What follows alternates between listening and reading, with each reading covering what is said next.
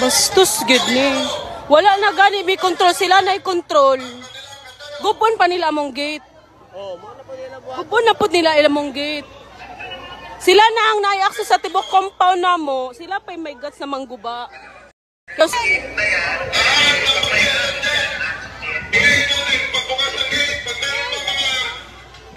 grabe gid si Tore, grabe gid si Tore. Sa pian og demonyo. Kami wala na may access diri sa compound. Sila na ina-access halos tanan. Musulod sila ani kay walay scanner. Gusto nila isulod ang mga illegal nilang isulod.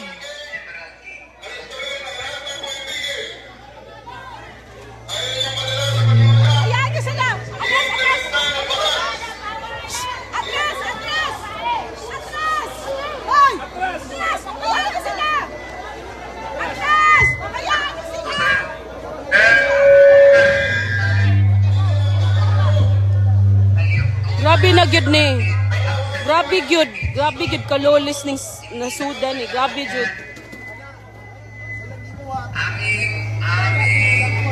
Grabe gyud. Grabe gyud. Mayuan ni.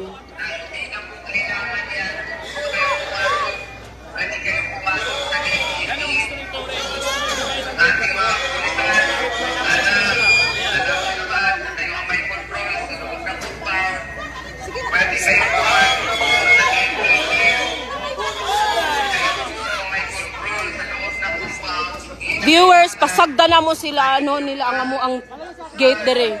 Tanawo na to. Grabe gyud.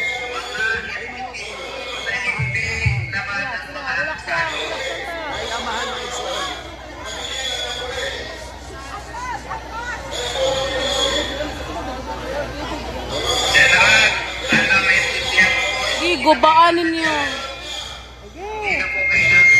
Enjoy sa pagpangguba sa among dapit.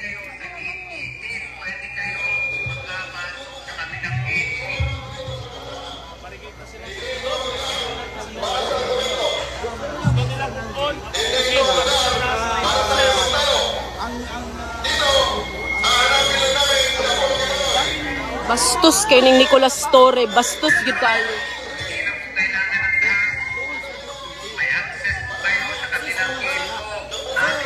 Dili sila mosulod sa gate 18 kay na scanner.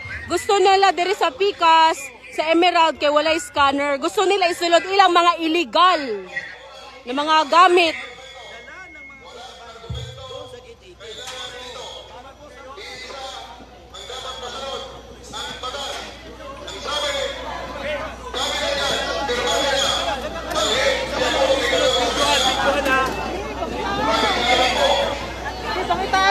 Pangitaan ninyo! Pangitalang! Hindi ko kailangan ng taas. Ayaw na dira. Wag na dyan, hayaan nyo sila. Pasagdi sila, patuyangi silang gusto. Sa kabilang gate, hindi na po kailangan magamit ng pwerso lang lahat. Kasi may bukas na yung gate. Nakabukas na, yung dalawang gate, nakabukas na. Di-open na ang gate ha, walay force. Ipasagda na mo sila. Awo na ito sila makitaan. Tama na maigsuon, pasagdi sila.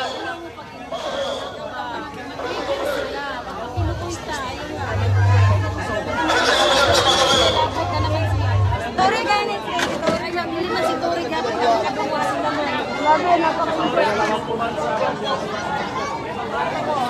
Maraming salamat sa kooperasyon. Bot-bot dito! Abi na gud ni. Arresting orders. Alalayan ang mga sinel sa loob.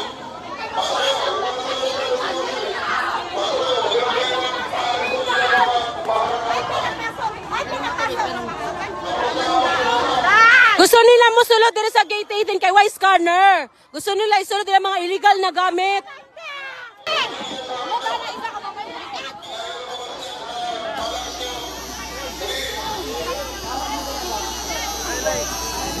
Gusto nila i-invade ng gate Emerald kasi walay scanner dere.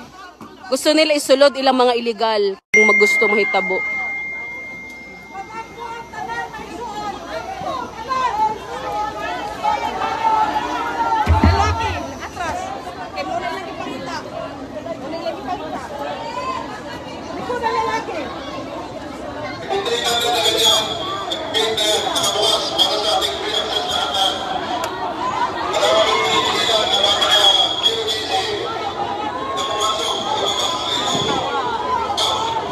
Grabe gid si Tore, grabe gid ning Tore. Kami paingnan nga di daw mi motuman og korte. Kaduha na nagpagawas ang RTC dinhi nga manghawa sila. Wa sila ni tuman, ika-tent din na nila ron.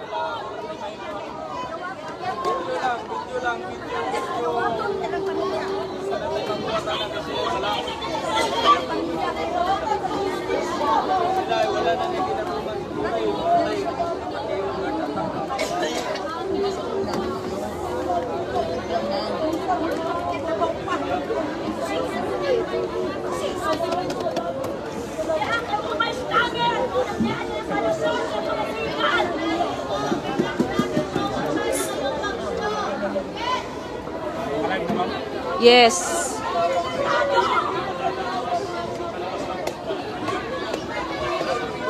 Bastos gid pa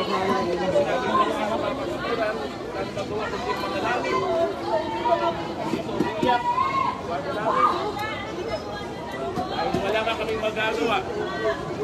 Dahil kita nyo, puno na yan ang mga kapulisan. Paligid ang kapulisan. Wala na kami mga pulisan.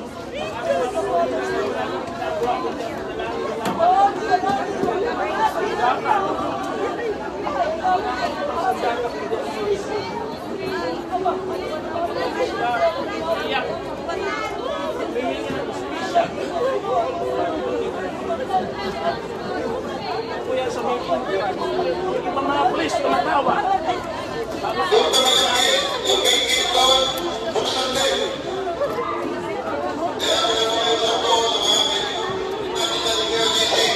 Buksan nila lang ang gate sa kabila. Panisira lang ang mga sakay doon, hindi nyo kami pwede karami. Hulatay mong gaba, Tore. Malala pa sa imong gi-expect. Baka kabalukin sa imong gidasmagan. Hulata gid imong adlaw. Kaya basta tukunin pa, para sa katukunin na lang. Wala na lang kulo, wala na lang problema.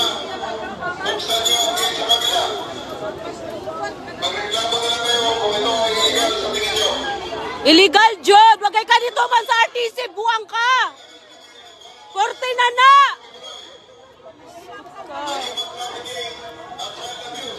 Convicted na ba? Buang!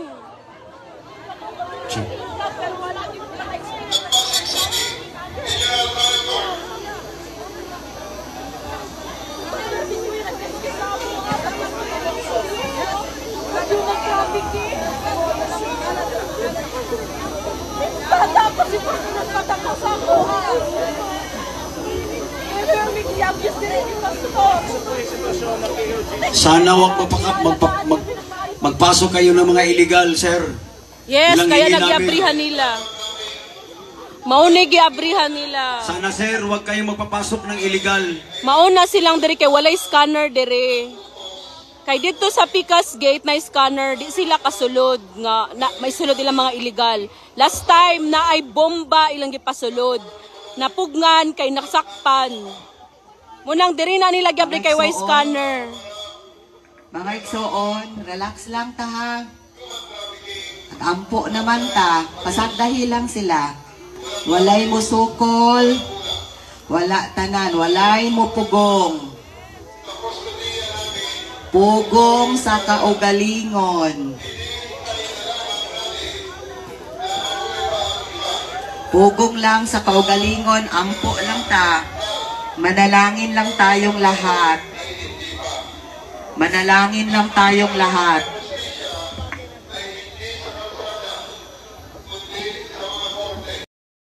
Dito sa batas sa lupa, wala na silang batas, kaya sa langit tayo, sa langit nating hingin ang hustisya.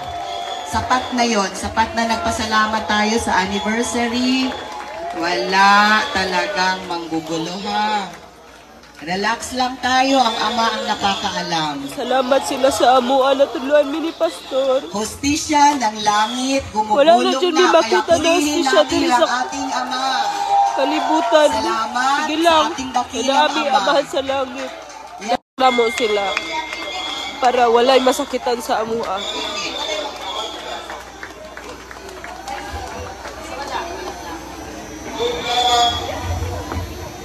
Ang mga kasagot at mga magbigay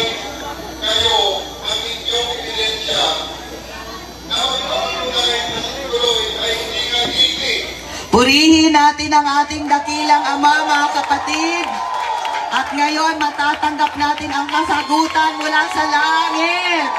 Salamat sa ating dakilang Ama. Purihin ang ating Ama. Salamat sa Ama sa nakakaalam ng katotohanan at katarungan. Salamat sa lahat ng mga pangyayari. Bigay natin ang lahat sa ating dakilang Ama.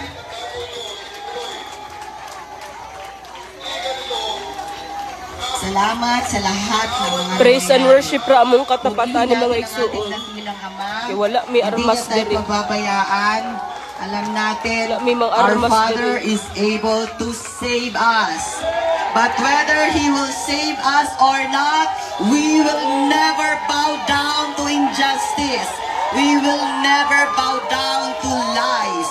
Wala, hindi tayo titiklop sa anumang kasinungalingan dahil alam natin ang katotohanan, purihin ang dakilang Ama. Salamat sa ating dakilang Ama na siyang nagbigay sa atin ng kalakasan, siyang nagbigay sa atin ng kaligtasan. Idalangin na lang natin ang lahat na nandito, lalo na ating mga kapulisan, na sila talaga ay makakita sa katotohanan at maligtas din sila, 10 ng kanilang mga pamilya.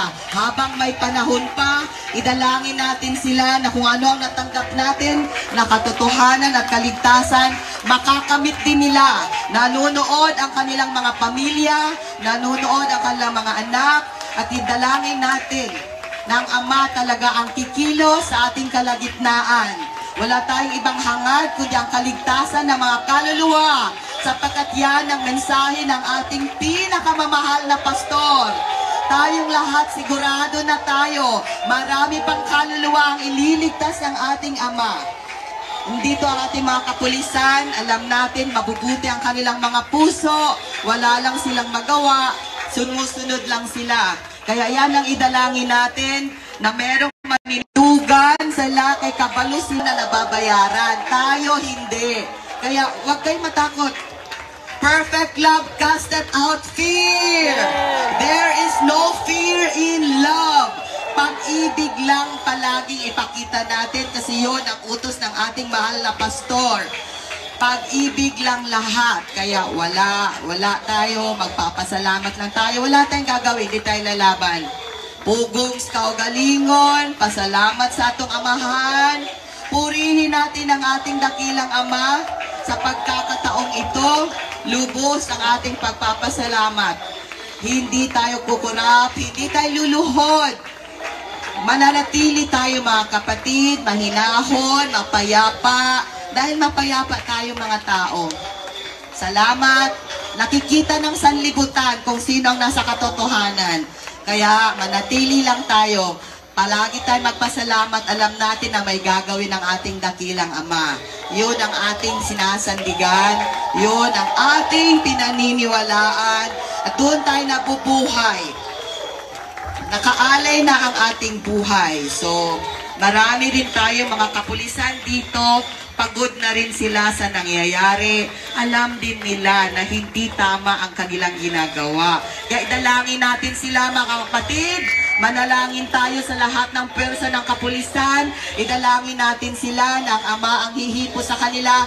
Meron pa silang pag-asa sa kaligtasan. Meron pa silang pag-asang ituwid ang kanilang mga ginagawa. Nanonood ang buong sanlibutan. Nanonood ang Pilipinas. Alam ng buong sanlibutan ang nangyayari dito. Kaya hindi nila ipapahiya ang ating bansa. Hindi nila ipapahiya ang ating syudad. So manatili tayo sa ating mga panalangin. Tayong lahat, purihin at pasalamatan natin ang ating dakilang Ama. Hallelujah! Hallelujah! Hallelujah! Salamat dakilang Ama sa iyong pagpapala. Pinupurit, dinadakila natin ang ating dakilang Ama sa lahat ng kanyang kabutihan. Magpuri tayo kung paano tayo nagpasalamat kagabi. Ganon din kalakas ang ating pagpapasalamat sa ating Ama.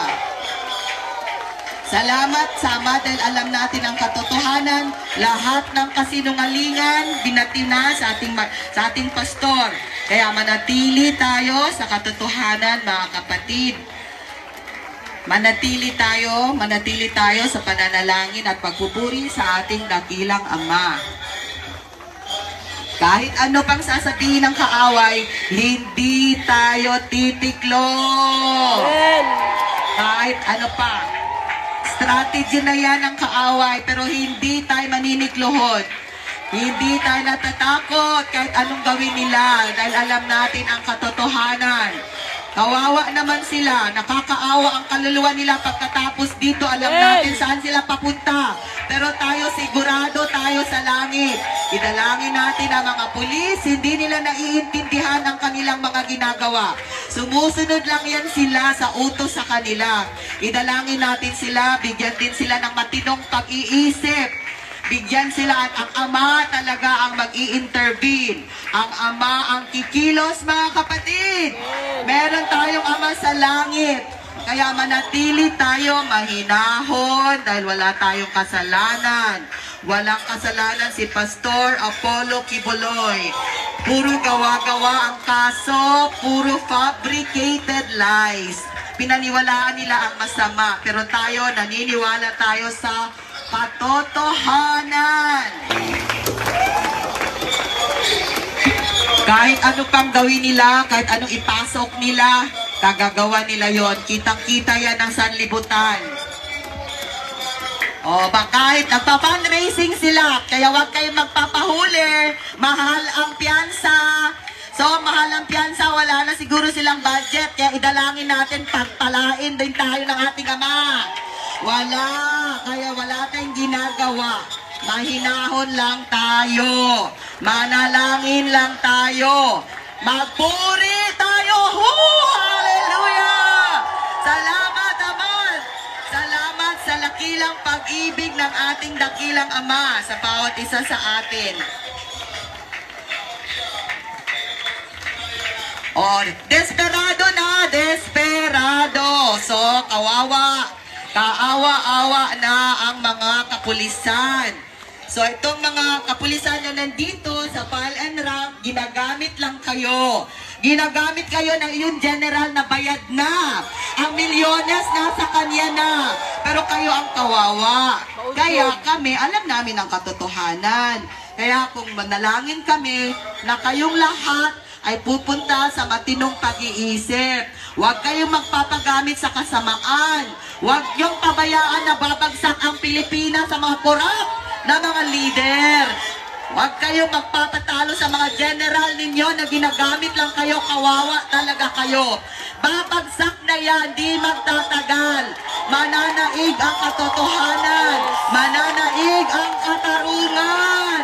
Hindi kayo forever nandyan. Hindi kayo mananatili sa posisyon ninyo.